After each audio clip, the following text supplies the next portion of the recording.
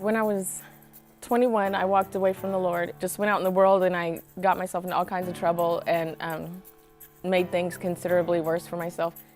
I was babysitting my boyfriend's children at the time, and I woke up one morning and I realized it was Sunday and that they needed to go to church.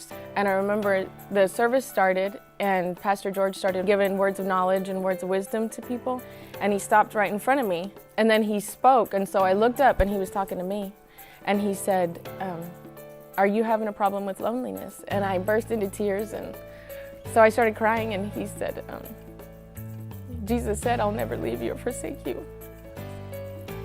And just then, something broke off me, and I got delivered of whatever it was that had pulled me away from him in the first place.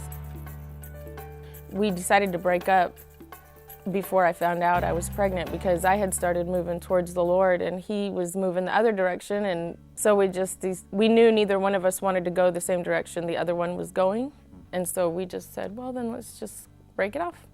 I wasn't a person who succeeded at things regularly, and so I knew the only way that this was going to be successful was if I leaned on him and got his help. And of all the things in my life, that was one thing I did not want to mess up.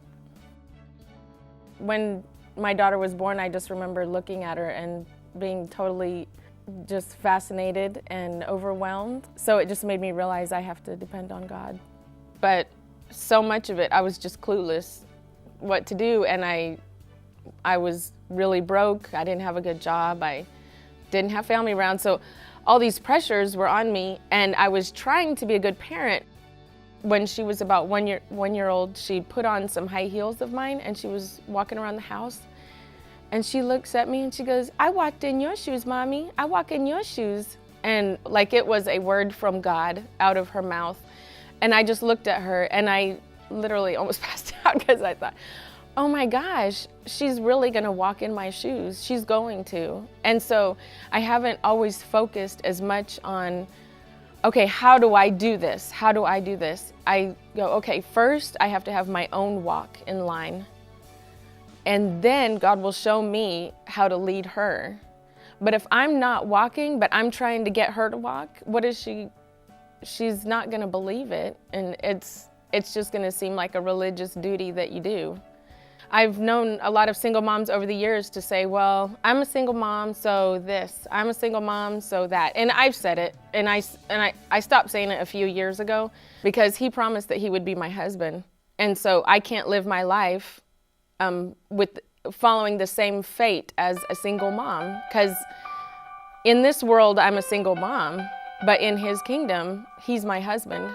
And so my outcome is different than what it would be if I was just a single mom. Once I understood that I had control over the anxiety, that I could walk in faith no matter what the anxiety was saying, then I could hear from God when he spoke to me. And so it was about the same time that he told me he was going to give me a house the following year.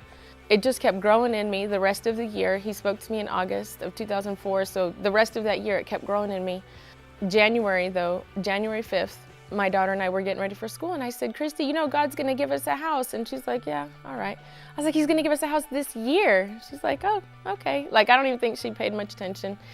And then later that day, the lady who had been my case manager at Cornerstone called me and said, do you want to buy the first house that we're building? And I just got chills all over me. I was like, even though I knew that it was real, there was not a single doubt in my mind that I was getting a house. Still, the manifestation, I was like, oh Lord, you really did it. Like, what was neat about it is they had already started construction on the house, so the floor plan was all laid out.